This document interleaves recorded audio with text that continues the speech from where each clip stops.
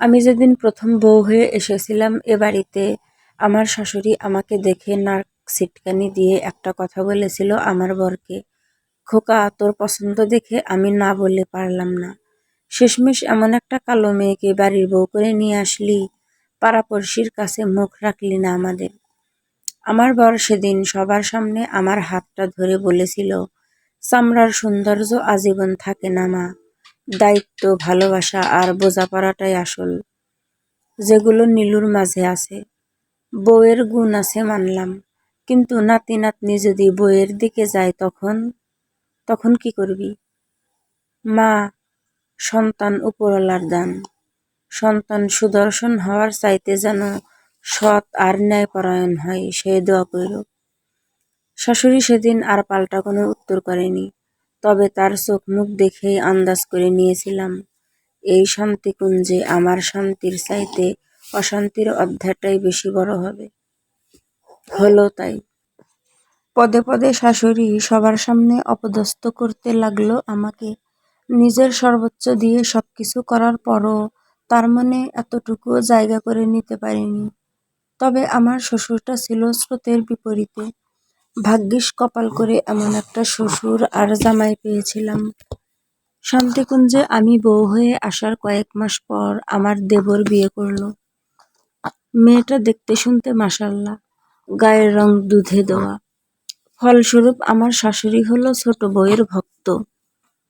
ছোট বউ বলতেই অজ্ঞান, তার ৭ খুন মাপ। ছোটর প্রতি এমন মন উজাড় করা ভালোবাসা দেখে মাঝে মাঝে নিজের মনেই আক্ষেপ করে বলতাম, উপরওয়ালা কেন যে এমন রং দিয়ে পাঠাইলো। বাড়িতে কোনো মেহমান আসলে ছোট বউকে ঠিক যেভাবে সবার সামনে তুলে ধরতো, আমাকে ঠিক সেভাবেই আড়াল করবার চেষ্টা করত। কেউ ভুলক্রমে জিজ্ঞাসা করলে বলতো, বড় খোকাটা কোত্থেকে যে ধরে এনেছে উপরওয়ালাই ভালো জানেন। কত শখ ছিল বাড়ির বড় ছেলের ধুমধাম করে বিয়ে দেবে, সে ঘুরে বালি। বলা নেই কওয়া নেই, ধুম করে বাড়ি এনে হাজির হলো। মায়ের কথা শুনে দেখতাম তারা আমার দিকে ব্যঙ্গাত্মক দৃষ্টিতে তাকিয়ে মুখ টিপি দিয়ে হাসছে, যেন আমি চিড়িয়াখানা থেকে পালিয়ে আসা কোনো চতুষ্পদ জন্তু। দিনের বেলায় হয়ে যাওয়া সারাদিনের ঘটনাগুলো যখন নীরব রাতের আঁধারে মস্তিষ্ক জুড়ে ভিড় করত, তখন নিজের অজান্তেই দুচোখ জলে ভরে উঠত। বিয়ের ঠিক এবছরের মাথায় আমার শ্বশুর মারা গেলেন। বাবা নামক শব্দের গভীরতা আর বাবার শূন্যতা সেদিন খুব করে অনুভব করেছিলাম। জন্মের পর বাবাকে দেখিনি, কখনো তার আদর সোহাগ পাইনি, তবে বিয়ের পর শ্বশুর আমার সেই অপূর্ণতাটা পূর্ণ করে দিয়েছিলেন। শ্বশুর মারা যাওয়ার কয়েক মাস পর আমার দেবর একদিন সন্ধ্যায় অফিস থেকে ফিরে সবাইকে ডেকে বলল, মা, ভাইয়া, আমার প্রমোশন হয়েছে, চাকরির সুবাদে আমার স্থানান্তর হয়েছে, এই বাড়িতে আর থাকা সম্ভব হবে না। প্রমোশনের কথা শুনে সবাই খুশি হলেও বাড়ি ছাড়বার কথা শুনে মন খারাপও হলো। কিন্তু কী করার, চাকরি করতে হলে তো এতটুকু ছাড় দিতেই হবে। আমার বর মাকে অনেক বুঝিয়ে সুঝিয়ে রাজি করালেন। মার সিদ্ধান্ত জানালো, সে ছোট ছেলে আর ছোট বউয়ের সাথে থাকবে। এই বাড়িতে থাকলে শ্বশুরের স্মৃতি নাকি তাকে বড্ড কষ্ট দিবে। আমরা দুজনে অনিচ্ছা সত্ত্বেও মাকে দেবরের সঙ্গে যেতে দিলাম। একটা গোটা পরিবার হঠাৎ করেই ছন্নছাড়া হয়ে গেল। প্রায় রোজ একবার হলেও মায়ের সাথে কথা বলতাম আমরা। মা বিরক্ত নিয়ে বলতো, আমি খুব ভালো আছি, বারবার এক কথা জিজ্ঞাসা করার কি দরকার? ওপরওয়ালার কি কুদরত, ছোট আর আমি একসাথে প্রেগনেন্ট হলাম। দিন যত যেতে থাকলো মনের ভিতরে অজানা একটা ভয় চারা দিয়ে উঠতে লাগলো। শাশুড়ির কথা যদি এবার সত্যি হয়ে যায়। একদিন বিকেলে হুট করেই শাশুড়ি এসে হাজির হলো বাসায়। জিজ্ঞাসা করাতে বলল, ছোট বৌমা প্রেগনেন্ট। এমতো অবস্থায় সেখানে থেকে বৌমার কাজ বাড়াতে চান না তিনি। মনে মনে বেশ খুশি হলাম। যাক, শেষমেশ তো ঘরের মানুষ ঘরে ফিরেছে। আর এই অবস্থাতে মনোবল বাড়ানোর জন্য পাশে একজনকে লাগে। প্রেগন্যান্ট থাকা অবস্থাতেও দেখতাম মা সারাদিন এটা ওটা আবদার করতো আমার কাছে। আমি খুশি মনে তার আবদার পূরণ করতাম। এইসব দেখে মাঝে মাঝে আমার বর বকাবকি করতো, এই অবস্থাতে নাকি বেশি ছোটাছুটি বাচ্চার জন্য বিপজ্জনক। আমার যখন 7 মাস তখন একদিন রাতে শাশুড়ির প্রচন্ড রকম জ্বর হলো। রাহাত খুব করে বলার পরও তাকে হাসপাতালে নিয়ে যাওয়া গেল না। আমি রাহাতকে আশ্বস্ত করে বললাম, সমস্যা নাই, তুমি ডাক্তার নিয়ে আসো, আমি মায়ের সেবা করব। রাহাত অবাক হয়ে বলল, তোমার নিজেরই এখন দেখো ভালো করানোর জন্য একজনকে লাগবে, তুমি কিভাবে আরেকজনের সেবা করবা? সে রাত পুরো নির্ঘুম কেটেছিল আমাদের। সারা রাত মাথায় জলপট্টি দিয়ে শেষ রাতে জ্বর সেরেছিল মায়ের। আমার এমন পাগলামি দেখে সেদিন রাহাত খুব বকেছিল, কিন্তু আমার বিশ্বাস ছিল মা একদিন তার নিজের ভুল বুঝতে পারবে, সেদিন ঠিকই আমাকে বুকে টেনে নিবে। 8 মাসের মাথায় আমি চাইলেও মায়ের আবদার আর পূরণ করতে পারতাম না। পেটের ভারে চলাফেরা করা মুশকিল তখন। সকাল বিকাল কাজের বুয়া এসে যা করার করে দিয়ে চলে যেত, কিন্তু মাকে দেখলাম তিনি কেমন জানি একটু বেশি খিটখিটে হয়ে গিয়েছেন। একদিন দুপুরে পেটে অসহ্য ব্যথা নিয়ে শুয়ে আছি, দেখি মা চিল্লাচ্ছে। কোনোরকম দেওয়াল ধরে বেরিয়ে গিয়ে জিজ্ঞাসা করলাম, কি হয়েছে মা? শাশুড়ি ঠোঁট বাঁকিয়ে বলল, আমি আর তোমাদের বাসায় থাকবো না। এই কয়টা দিন এসেছি তাতেই এমন অবহেলা, না জানি একভাবে থাকলে কি জুটতো কপালে।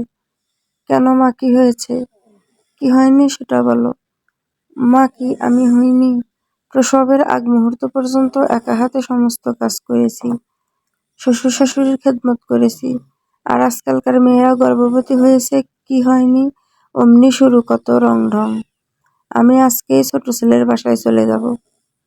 আমি আটকানোর চেষ্টা করলেও রাহাত আটকানোর চেষ্টা করেনি আর। ব্যাগপত্র গুছিয়ে মাকে একটা সিএনজিতে তুলে দিয়ে আসার পর আমাকে মন খারাপ করে বসে থাকতে দেখে বলল, কিছু মানুষকে নিজের কলিজা কেটে ভুনা করে খাওয়ালেও খাওয়া শেষে বলবে লবণ কম হয়েছে। মা তোমাকে মন থেকেই মেনে নিতে পারেনি, তো মুখে আর কি বলবে? মন খারাপ করো না, মা যেদিন তোমার মূল্য বুঝবে সেদিন নিজ হাতেই ফিরে আসবে। রাহাতের কথা বিফলে যায়নি। মাত্র 15 দিনের মাথায় আবার শাশুড়ি ফিরে এলো বাসায়। আসার পর দেখলাম তার ভিতরে কিছুটা পরিবর্তন হয়েছে। আগের মতো আমাকে আর হুকুম করে না, যতটুকু সম্ভব নিজের কাজ নিজেই করে, না পারলে তখন বুয়াকে বলে। একদিন বিকেলে বেলকনিতে বসে আছি, হঠাৎ করে শাশুড়ি একটা বাটি ভর্তি স্যুপ নিয়ে গিয়ে বলল, বৌমা, স্যুপটা খেয়ে বলো তো কেমন হয়েছে। শাশুড়ির কথা শুনে আমি থ মেরে রইলাম কিছুক্ষণ। আমি কি সত্যি দেখছি? কি হলো ধরো। স্যুপের বাটিটা নিয়ে মুখে দিতেই পরম তৃপ্তিতে চোখ বুজে এলো আমার। শাশুড়ি আমার মাথায় হাত রেখে বলল, বৌমা, তোমার উপরে অনেক অত্যাচার করেছি, পারলে ক্ষমা করে দিও আমায়। কি করব বলো, আমি চাইনি তোমার উপর কঠিন হতে, কিন্তু শাশুড়ি নামটা হয়তো আমাকে অমন বর্বর বানিয়ে দিয়েছিল। কেন জানো? আমি কোনো কথা না বলে মুখ তুলে তাকালাম।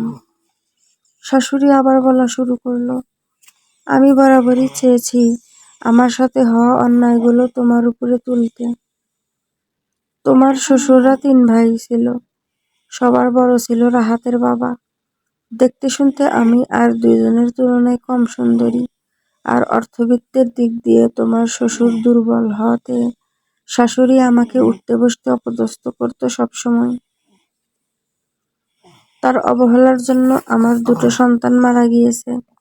তাই তুমি যেদিন এ বাড়িতে প্রথম আসলে, আমিও আমার শাশুড়িকে আমার ভিতরে ধারণ করে নিয়েছিলাম।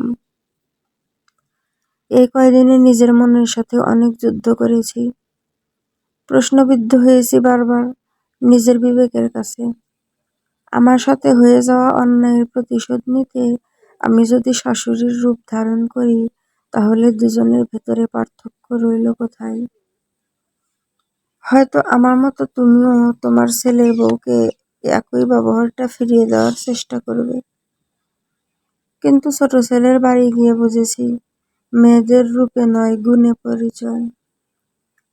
আমাকে ক্ষমা করে দিও বৌমা। আমি মায়ের হাত জোড়া মাথার উপর নিয়ে বললাম, বাবা মায়ের হাত ক্ষমা চাওয়ার জন্য নয়, সন্তানদের আশীর্বাদ করবার জন্য মা। মা আর কিছু বললেন না। পিছন থেকে আমাকে তার বুকের সাথে চেপে ধরলেন।